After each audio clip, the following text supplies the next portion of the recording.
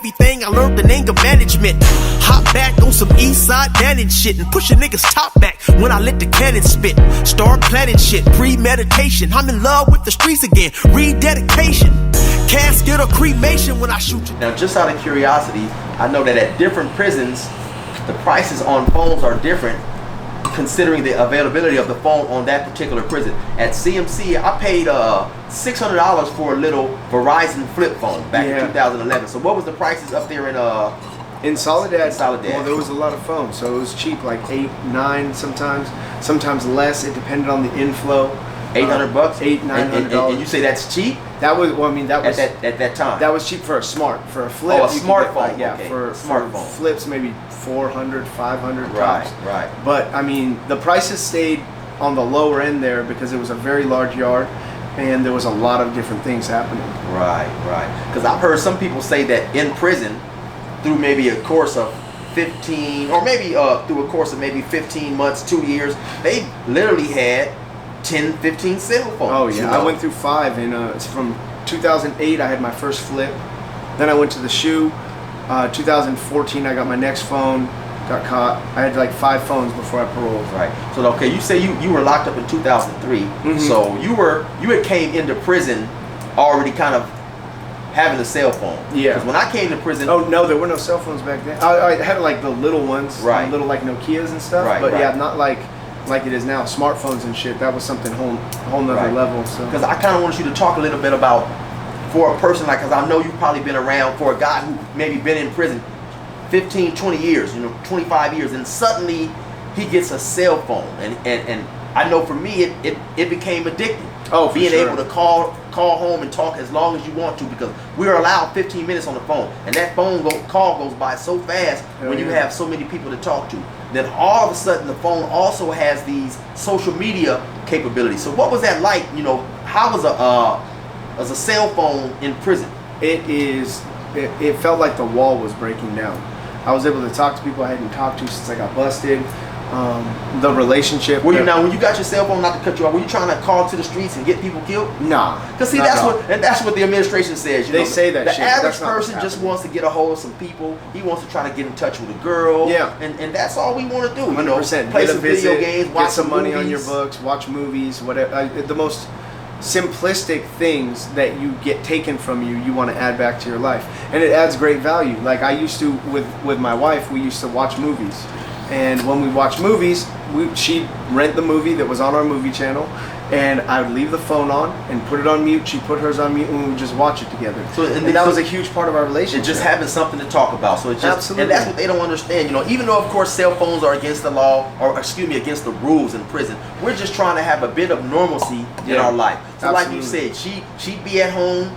She'd, hey babe, let's watch this movie, and so you guys was, because it was something you could have really done apart, but it's bond forming, Absolutely. And they don't understand when we come to prison, we lose those certain special bonds, like you say, that a lot of people take for granted. Yeah. So she would say, hey, let's watch this movie.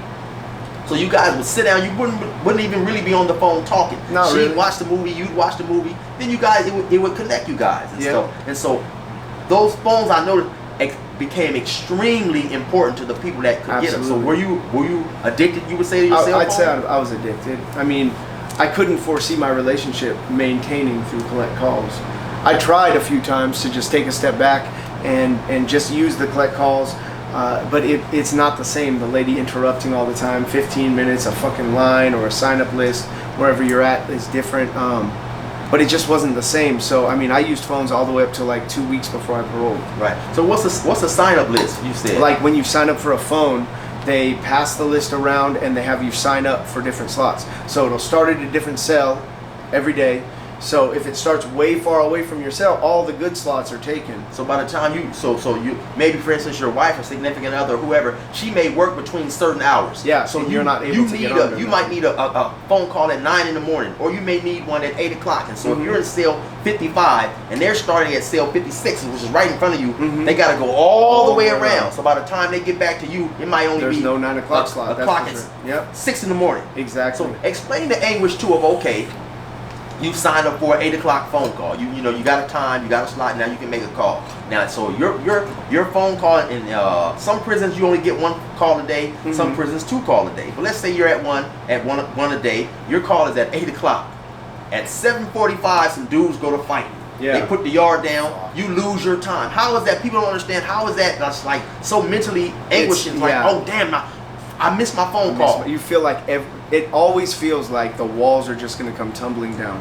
Any relationship that you build, no matter how stable, you're like, damn, this could be it. Like it becomes too much because you know that you're asking whoever else, family member, wife, whoever, you're asking them to invest in you, and that process is hard. Like their investment is a lot more. Like you just have to go to yard and use the phone. There's stress involved, but they have to put their whole life aside while they're waiting for you to come home. So I always felt like, I can speak for myself, I always felt like when I missed those calls, like that could be the nail in the coffin. A phone call that made this relationship. Yep, absolutely. Or when you get in an argument on the phone. Hey, it's crazy that you said that, 'cause that was my next question. So what is it like when you get into an argument on the phone with your wife, your significant other, and then you can't get back on the phone? I know me, it would be eating away. So now I'm standing around, I'm looking, I'm hoping that somebody can let me use their phone call, but especially a night phone call is precious. Yeah, absolutely. Ain't nobody giving up no night phone calls in there. Nope. So, and then like you say now, so they may have started 2 cells in front of your cell. So now for the next 3-4 days, they're starting far away. So any slot you get, you can't use. So what is the anguish like of waiting maybe 3 or 4 days? Man, like I will vent on some letters because the 3 or 4 day shot between phone calls is rough, and that's what cell phones do. Like they fill that gap. They make it you able to establish a solid communication line with someone who you otherwise might not be able to. And like I'll vent in a letter. I'll get it all out. I'll put my mind on a letter, and sometimes that makes me feel better. But like you'll be miserable for 3-4 days. That full time, like there's no, oh well, I'll deal with it when I get to it. It's literally like you are in your head spinning for that whole time. You can't get rid of it. What was visits like for you? Because I know for me, they were the most joyous time in prison. You know, I never wasted any of my time arguing and fighting on the visit. I enjoyed my visits so much. What were they like for you? They were about the same. I think that like the visiting room, I mean, with the cops and what they go through to get in there, that's one thing. But once you're there, you eat some of that crappy food. You get to just talk and just be out of prison. Everybody in that room is just trying to forget where they're at. Even though we're all in blues, you're just trying to be out of prison with the loved one that's there. It's like we're being made human again, man. And I know like some of the most depressing moments for me, and not necessarily for me per se, where after the end of the visit, to watch my family leave, they'd be, especially my daughter, she'd be so sad. She'd be crying. She hated to leave me up in here. And that was depressing to me, knowing that this pain that I put on her. So how was that for you? That was hard. My wife had an ability to just shut off. She's like, okay, it's time to go. I'm gone. And I would just be looking at her, but like, I think that was her coping mechanism. Like, I'm not just going to dwell in how shitty it is to leave. Like, I'll go and I'll come back. But I would be, I'd be glowing on the way back to the building, but also kind of like, man, I just wish I was back there. Like, I just want to be back in that room. Yeah. But, well, okay, so you were sentenced to what is known in California as a determinate sentence. So that meant you knew when you were getting out. So what was the mindset of like that? Was it like, okay, were you like we see in the movies, were you marking your calendar down? Because me, I wasn't. I dealt with it just like I didn't know when I was getting out. It's what I signed up for, and I was dealing with it day by day. So what was it like for you knowing that you were gonna get out at some point in time? I dealt with it similar to how you did, because I didn't really count my date as a date. I didn't really, until Lynn and I got married, I didn't really think about going home. That wasn't something that, I wasn't planning a life out here. It was like, if I make it there, cool, and if I don't, then I don't. I knew what my date was, somewhere between 2019 and 2021. I knew that would be my... That sounds far away even now, and it's 2020. Yeah, it's 2021 right now, yeah. So you got sentenced in 2003. No, I got sentenced to the long term in 2005. 2005, and they told you your date is 2021. That must have seemed forever. Yeah, and it was 2019 to 20, and I almost maxed out. I got some time back because of Prop 57 and classes. I was like cycling groups as much as I could. But yeah, I mean, legitimately up until like midpoint in Soledad and CTF, I wasn't really focused on going home. That was not, my focus was on being who I was being, which was Casper. I wanted to, make my name, make sure nobody fucked with me, make sure nobody crossed lines with me, and that was it. Like, that was all. And then at some point, about year 2, when I started attending groups, I started thinking, like, there could be more to this. Like, I could start thinking outside the box. And the thing I want to point out about groups in prison is, for one, all of them are started by people who are incarcerated or people in the community who have loved ones who are incarcerated that brought stuff back in for us, right? It's not started by the guards, it's not started by CDCR. They're not doing anything about our rehabilitation. We are doing everything about our rehabilitation. So that said, these groups were communities of people who were incarcerated serving life sentences, some 76 to life, 45 to life. And we're like, hey, we want to go home someday, and this is what we're doing to do that. And so getting engaged in those conversations created a light at the end of the tunnel that I hadn't seen. Because they'd tell me stuff like, you know, you have a date, you are going home, like, you need to focus on that.